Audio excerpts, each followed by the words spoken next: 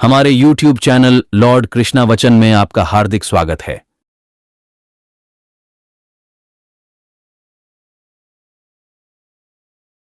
कृष्ण के जीवन को बनाती है महानतम जीवन प्रबंधन के लिए सबसे श्रेष्ठ सूत्र। जन्म से लेकर देहत्याग तक भगवान कृष्ण के जीवन की लगभग हर घटना में कोई सूत्र है। युद्ध भूमि पर दिया गया गीता का उपदेश संसार का श्रेष्ठतम ज्ञान माना जाता है। जगत गुरु, गिरधारी कहें या रणछोड़, भगवान कृष्ण के जितने नाम हैं उतनी कहानियां। जीवन जीने के तरीके को अगर किसी ने परिभाषित किया है तो वो कृष्ण है। कर्म से होकर परमात्मा तक जाने वाले मार्ग को उन्हीं ने बताया है। संसार से वैराग्य को सिरे से नकारा, कर्म का कोई विकल्प नहीं, ये सिद्ध किया। कृष्ण कहते हैं, मैं हर हाल में आता हूं, जब पाप और अत्याचार का अंधकार होता है तब भी, जब प्रेम और भक्ति का उजाला होता है तब भी। दोनों ही परिस्थिति में मेरा आना निश्चित है। वैसे तो कृष्ण का संपूर्ण जीवन ही एक प्रबंधन की किताब है, जिसे सैकड़ों हजारों बार कहा सुना जा चुका है। कुरुक्षेत्र में दो सेनाओं के बीच खड़े होकर भारी तनाव के समय कृष्ण ने अर्जुन को जो ज्ञान दिया वो दुनिया का श्रेष्ठतम ज्ञान है। गीता का जन्म युद्ध के मैदान में दो सेनाओं के बीच हुआ। जीवन की श्रेष्ठतम बातें भारी तनाव और दबाव में ही होती हैं। अगर आप दिमाग को शांत और मन को स्थिर रखने की कोशिश करें तो सबसे बुरी परिस्थितियों में भी आप अपने लिए कुछ बहुत बेहतरीन निकाल पाएंगे। ये कृष्ण सिखाते हैं। गीता पढ़ने से पहले अगर इसी बात को समझ लिया जाए तो गीता पढ़ना सफल हुआ। कृष्ण का जीवन ऐसी ही बातों से भरा पड़ा है। जरूरत है नजरिए की। उनका जीवन आपके लिए और आपका पूरा जीवन बदल कर रख देने वाला ज्ञान भी हो सकता है। आवश्यकता हमारी है, हम उनके जीवन से लेना क्या चाहते हैं। कृष्ण मात्र कथाओं में पढ़ा या सुना जाने वाला पात्र नहीं है, वो चरित्र और व्यवहार में उतारे जाने वाले देवता हैं। कृष्ण से सीखें कैसे जीवन को श्रेष्ठ बनाया जाए। 10 बातें हैं जो अगर व्यवहार में उतार लीं तो सफलता निश्चित मिलेगी। तो आइए जानते हैं वो 10 बातें कौन सी हैं। शुरू से अंत तक जीवन संघर्ष ही है। कारागृह में जन्मे कृष्ण, पैदा होते ही रात में यमुना पार कर गोकुल ले जाया गया। तीसरे दिन पूतना मारने आ गई। यहां से शुरू हुआ संघर्ष। देह त्यागने से पहले द्वारिका डुबोने तक रहा। कृष्ण का जीवन कहता है, आप कोई भी हो, संसार में आए हैं तो संघर्ष हमेशा रहेगा। मानव जीवन में आकर परमात्मा भी सांसारिक चुनौतियों से बच नहीं सकता। कृष्ण ने कभी किसी बात की शिकायत नहीं की, हर परिस्थिति को जिया और जीता। कृष्ण कहते हैं, परिस्थितियों से भागो मत, उसके सामने डटकर खड़े हो जाओ, क्योंकि कर्म करना ही मानव जीवन का पहला कर्तव्य है। हम कर्मों से ही परेशानियों से जीत सकते हैं। स्वस्थ शरीर से ही विजय है।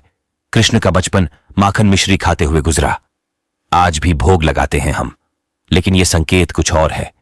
आहार अच्छा हो, शुद्ध हो, बल देने वाला हो। बचपन में शरीर को अच्छा आहार मिलेगा तो ही इंसान युवा होकर वीर बनेगा। शरीर को स्वस्थ रखना है तो बचपन से ध्यान देने की जरूरत है। यह पैरेंटिंग के दौर से गुजर रहे युवाओं के लिए बड़ा मैसेज है। अपने बच्चों को ऐसा खाना दें जो उनको बल दे, सिर्फ स्वाद के लिए ही ना खिलाएं। तभी वे बड़े होकर स्वयं को और समाज को सही दिशा में ले जा पाएंगे। पढ़ाई किताबी ना हो, रचनात्मक हो। कृष्ण ने अपनी शिक्षा मध्य प्रदेश के उज्जैन में सांदीपनि ऋषि के आश्रम में रहकर पूरी की थी। कहा जाता है 64 दिन में उन्होंने 64 कलाओं का ज्ञान हासिल कर लिया था। वैदिक ज्ञान के अलावा उन्होंने कलाएं सीखीं। शिक्षा ऐसी ही होनी चाहिए जो हमारे व्यक्तित्व का रचनात्मक विकास करे। संगीत, नृत्य, युद्ध सहित 64 कलाओं कृष्ण के व्यक्तित्व का हिस्सा है। बच्चों में कोरा ज्ञान ना भरें, उनकी रचनात्मकता को नए आयाम मिले, ऐसी शिक्षा व्यवस्था हो। रिश्तों से ही जीवन है, बिना रिश्तों के कुछ नहीं। कृष्ण ने जीवन भर कभी उन लोगों का साथ नहीं छोड़ा जिनको मन से अपना माना। अर्जुन से वे युवावस्था में मिले, ऐसा महाभारत कहती है, लेकिन अर्जुन से उनका रिश्ता हमेशा मन का रहा। सुदामा हो या उद्धव, कृष्ण ने जिसे अपना मान लिया उसका साथ जीवन भर दिया। रिश्तों के लिए कृष्ण ने कई लड़ाइयां लड़ी और रिश्तों से ही कई लड़ाइयां जीती। उनका सीधा संदेश है, सांसारिक इंसान की सबसे बड़ी धरोहर रिश्ते ही हैं। अगर किसी के पास रिश्तों का थाती नहीं है तो वो इंसान संसार के लिए गैर जरूरी है। इसलिए अपने रिश्तों को दिल से जिएं, दिमाग से नहीं, नारी का सम्मान समाज के लिए जरूरी राक्षस नरकासुर का आतंक था। करीब 16,100 महिलाओं को उसने अपने महल में कैद किया था। महिलाओं से बलात्कार में उसे सुख मिलता था। कृष्ण ने उसे मारा, सभी महिलाओं को मुक्त कराया। आपके मतभेद अगली पीढ़ी के लिए बाधा न बने। कम ही लोग जानते हैं कि जिस दुर्योधन के खिलाफ कृष्ण ने आजीवन पांडवों का साथ दिया, उसकी मौत का कारण भी कृष्ण की कूटनीति बनी। वही दुर्योधन रिश्ते में कृष्ण का समधी भी था। कृष्ण के पुत्र सांब ने दुर्योधन की बेटी लक्ष्मणा का अपहरण करके उससे विवाह किया था, क्योंकि लक्ष्मणा सांब से विवाह करना। लेकिन कभी किसी राजा का सिंहासन नहीं छीना। कृष्ण के पूरे जीवन में कभी ऐसा नहीं हुआ कि उन्होंने किसी राजा को मारकर उसका शासन खुद लिया हो। जरासंध को मारकर उसके बेटे को राजा बनाया, जो चरित्र का अच्छा था। सभी जगह ऐसे लोगों को बैठाया जो धर्म को जानते थे। कभी किंग नहीं बने, हमेशा किंग मेकर की भूमिका में रहे। सभी 16,100 महिलाओं को अपनी पत्नी का दर्जा दिया।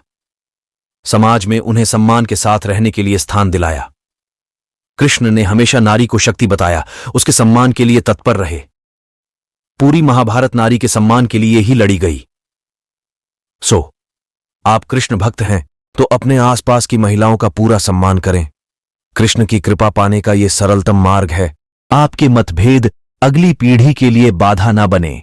कम ही लोग जानते हैं कि जिस दुर्योधन के खिलाफ कृष्ण ने आजीवन पांडवों का साथ दिया, उसकी मौत का कारण भी कृष्ण की कूटनीति बनी। वो ही दुर्योधन रिश्ते में कृष्ण का समधी भी था। कृष्ण के पुत्र सांब ने दुर्योधन की बेटी लक्ष्मणा का अपहरण करके उससे विवाह किया था, क्योंकि लक्ष्मणा सांब से विवाह करना चाहती थी, लेकिन दुर्योधन खिलाफ था। सांब को कौरवों ने बंदी भी बनाया था। तब कृष्ण ने दुर्योधन को समझाया था कि हमारे मतभेद अपनी जगह हैं, लेकिन हमारे विचार हमारे बच्चों के भविष्य में बाधा नहीं बनने चाहिए। दो परिवारों के आपसी झगड़े में बच्चों के प्रेम की बलि न चढ़ाई जाए।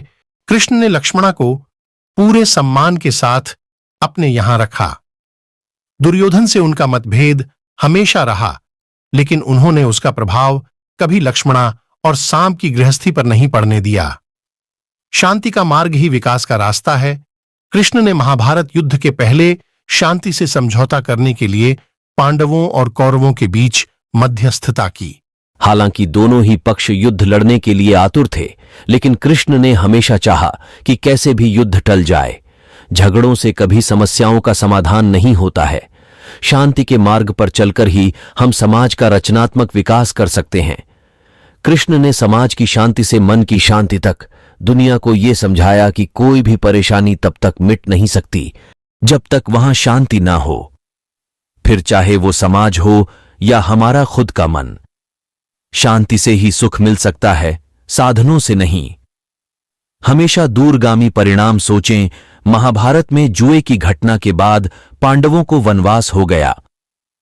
कृष्ण ने अर्जुन को समझाया कि यह समय भविष्य के लिए तैयारी करने का है। महादेव शिव, देवराज इंद्र और दुर्गा की तपस्या करने को कहा।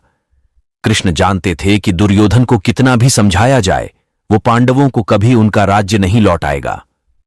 तब शक्ति और सामर्थ्य की जरूरत होगी। कर्ण के कुंडल कवच पांडवों की जीत में आड़े आएंगे, ये भी वे जानते थे। उन्होंने हर चीज पर बहुत दूरगामी सोच रखी। कोई भी फैसला तात्कालिक आवेश में नहीं लिया। हर चीज के लिए आने वाली पीढ़ियों तक का सोचा। यही सोच समाज का निर्माण करती है। हर परिस्थिति में मन शांत और दिमाग स्थिर रहे। पांडवों के राजसूय यज्ञ में शिशुपाल कृष्ण को अपशब्द कहता रहा। छोटा भाई था, लेकिन मर्यादाएं तोड़ दी। पूरी सभा चकित थी, कुछ क्रोधित भी थे, लेकिन कृष्ण शांत थे, मुस्कुरा रहे थे। शांति दूत बनकर गए तो दुर्योधन ने अपमान किया। कृष्ण शांत रहे। अगर हमारा दिमाग स्थिर है, मन शांत है, तभी हम कोई सही निर्णय ले पाएंगे। आवेश में हमेशा हादसे होते हैं, ये कृष्ण सिखाते हैं। विपरीत परिस्थितियों में भी कभी विचलित नहीं होने का गुण कृष्ण से बेहतर कोई नहीं जानता। लीडर बने, श्रेय लेने की होड़ से बचे। कृष्ण ने दुनिया भर के राजाओं को जीता था, जहां ऐसे राजाओं का राज था जो भ्रष्ट थे, जैसे जरासंध। लेकिन कभी किसी राजा का सिंहासन नहीं छीना। कृष्ण के पूरे जीवन में कभी ऐसा नहीं हुआ कि उन्होंने किसी राजा को मारकर उसका शासन खुद लिया हो। जरासंघ को मारकर उसके बेटे को राजा बनाया जो चरित्र का अच्छा था। सभी जगह ऐसे लोगों को बैठाया जो धर्म को जानते थे। कभी किंग नहीं बने, हमेशा किंग मेकर की भूमिका में रहे। महाभारत युद्ध में भी खुद हथियार नहीं उठाया।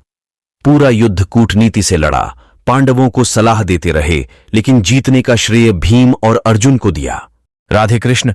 आप सभी से अनुरोध है कि वीडियो को लाइक करें और चैनल को सब्सक्राइब जरूर करें।